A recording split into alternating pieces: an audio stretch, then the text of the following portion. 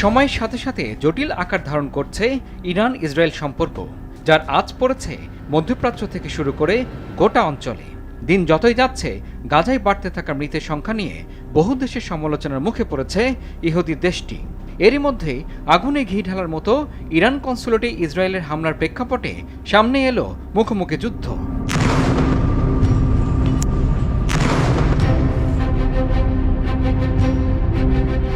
গাজায় ইসরায়েলের আগ্রাসন ইস্যুতে মধ্যপ্রাচ্যে যখন উত্তেজনার পারদ তুঙ্গে, তখনই নতুন ক্রুজ মিসাইল যোগ হল ইরানের নৌবাহিনীর ভাণ্ডারে।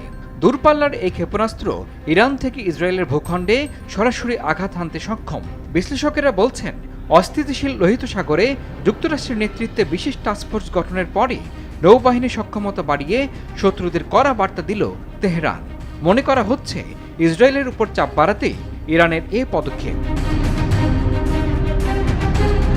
সম্প্রতি ইরানের রাজধানী তেহরানে এক সামরিক প্রদর্শনীতে নতুন এই ফাতা হাইপারসনিক মিসাইল প্রকাশ্যে আনে ইরান সেনার বিশেষ বাহিনী ইসলামিক রেভলিউশনারি গার্ডস কোর। এই অনুষ্ঠানে উপস্থিত ছিলেন ইরানের supreme leader Ayatollah Ali Khamenei. নতুন এই অত্যাধুনিক ক্ষেপণাস্ত্র খতিয়ে দেখার পাশাপাশি এদিন আরও একবার ইসরায়েলের নিন্দা করতে ছাড়েননি তিনি।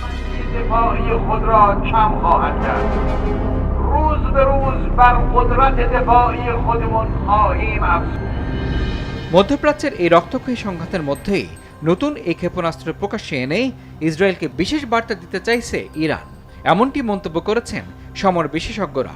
যদিও গাজায় ইসরায়েলি আগ্রাসন বন্ধে শুরু থেকে সরব ছিল ইরান। ইসরায়েলের বিচ্ছিন্নতাবাদী যুদ্ধাপরাধ ও গণহত্যা অবিলম্বে বন্ধ করা না হলে পরিস্থিতি নিয়ন্ত্রণের বাইরে চলে যেতে পারে এবং এর পরিণতি সুদূরপ্রসারী হতে পারে বলেও সতর্ক করেছে দেশটি।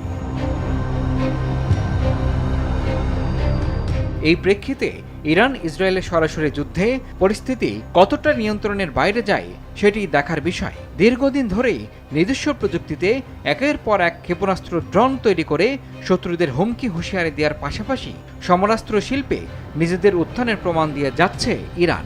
দেশটির বিরুদ্ধে বিভিন্ন সময় পরমাণু অস্ত্র তৈরির অভিযোগও তুলে আসছে পশ্চিমারা। গেল 1 এপ্রিল সিরিয়ার রাজধানী দামেস্কে অবস্থিত ইরানের কনসুলেটে হামলা চালিয়ে কয়েক সামরিক কর্মকর্তাকে হত্যা করে ইসরায়েল।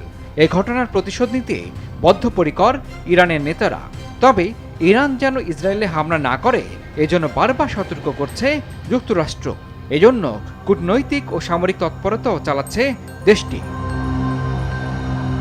ইমরুল হাসান, RTV।